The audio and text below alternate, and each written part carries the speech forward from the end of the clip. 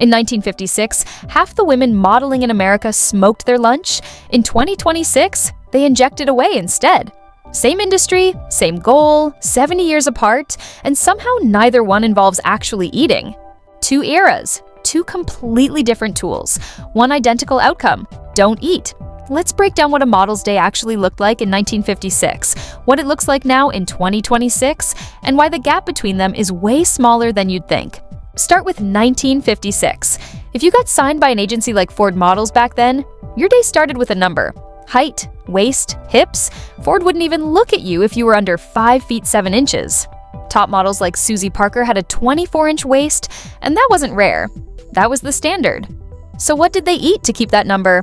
Breakfast was often just eggs and black coffee. Lunch might be cottage cheese and raw vegetables. Dinner was a small portion of meat, sometimes a glass of wine. That's it. No snacks, no in-between. And when hunger hit anyway, in the 1920s through the 1950s, there was a very specific fix marketed directly at women: cigarettes. Lucky Strike ran a campaign with the line, "Reach for a Lucky instead of a sweet." It wasn't subtle. The ad showed a thin, attractive woman next to an overweight one, and the message was simple: light up instead of eating that dessert. It worked so well that Lucky Strike's sales jumped 300% in a single year. By 1950, close to half of all American women smoked. A huge part of that had nothing to do with taste. It was appetite suppression, sold as a lifestyle. Add corsets and boned girdles into the mix, worn under clothes just to shrink the waist further for the camera, and you get the full picture. In 1956, staying model thin wasn't about food.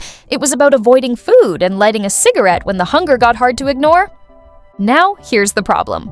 We like to think we've moved past all of that today's models eat clean, balanced meals, hit the gym, and that the whole starve yourself era died with the 1950s.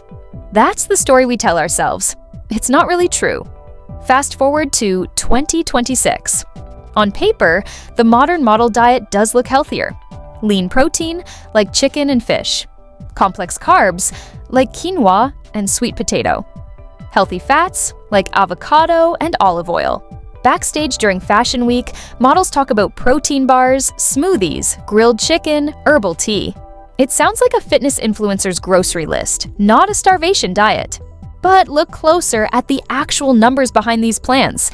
A lot of versions of the so-called model diet cap daily calories as low as 1,300. Some push intermittent fasting on top of that, meaning you're eating that already low number inside a short window of time.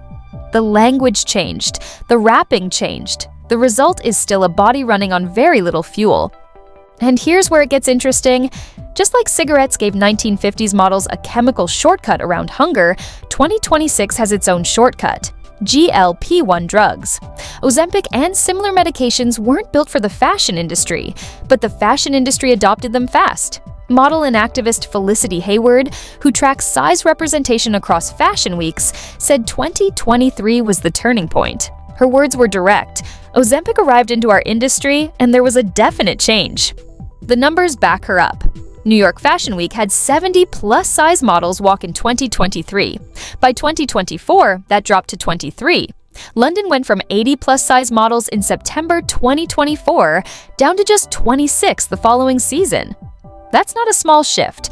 That's an entire body type getting pushed off the runway in about 2 years. And insiders are pointing straight at appetite-suppressing medication as the reason. So, the tool changed. A pack of Lucky Strikes became a weekly injection. But the function is exactly the same: make the hunger go away without eating. Here's the part that should really make you pause. Some governments actually noticed the 1956-style thin ideal was hurting women badly enough to legislate it. Spain banned models with a BMI under 18.5 from its runways back in 2007. Italy did something similar the same year. France went even further in 2017, requiring models to carry a medical certificate proving they're healthy enough to work, with agencies facing real fines and jail time if they don't comply. And yet, despite all of that regulation, research shows the average model today still has a BMI around 16. That's below what the World Health Organization classifies as underweight, which starts at 18.5. The laws exist. The number barely moved. Research on eating habits backs this up too. A study comparing 179 fashion models to a control group of non-models found the models' average BMI sat in the underweight range, significantly lower than the comparison group. Other research has pointed to models showing higher rates of orthorexia, which is an unhealthy obsession with eating correctly, on top of standard disordered eating patterns. So even with medical checks in place, even with all our modern nutrition knowledge, the pressure to stay smaller than what's healthy never actually left the industry. It just got better at hiding. So where does that leave us? In 1956, a model controlled her hunger with a cigarette because the culture around her said thin meant successful, and there was a product sitting on every drugstore shelf promising to help her get there. In 2026, a model controls her hunger with a prescription because the culture around her still says thin means successful, and there's a product available promising the exact same thing, just with better branding and a doctor's signature. 70 years apart. Different decade, different product, same core belief. Your body is only worth something if you can shrink it. The methods evolved. The pressure didn't move an inch. And honestly, that's the real story here.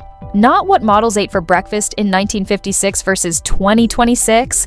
It's that an entire industry keeps finding new tools to make women hungry on purpose, then calling it beauty, health, or discipline depending on the decade.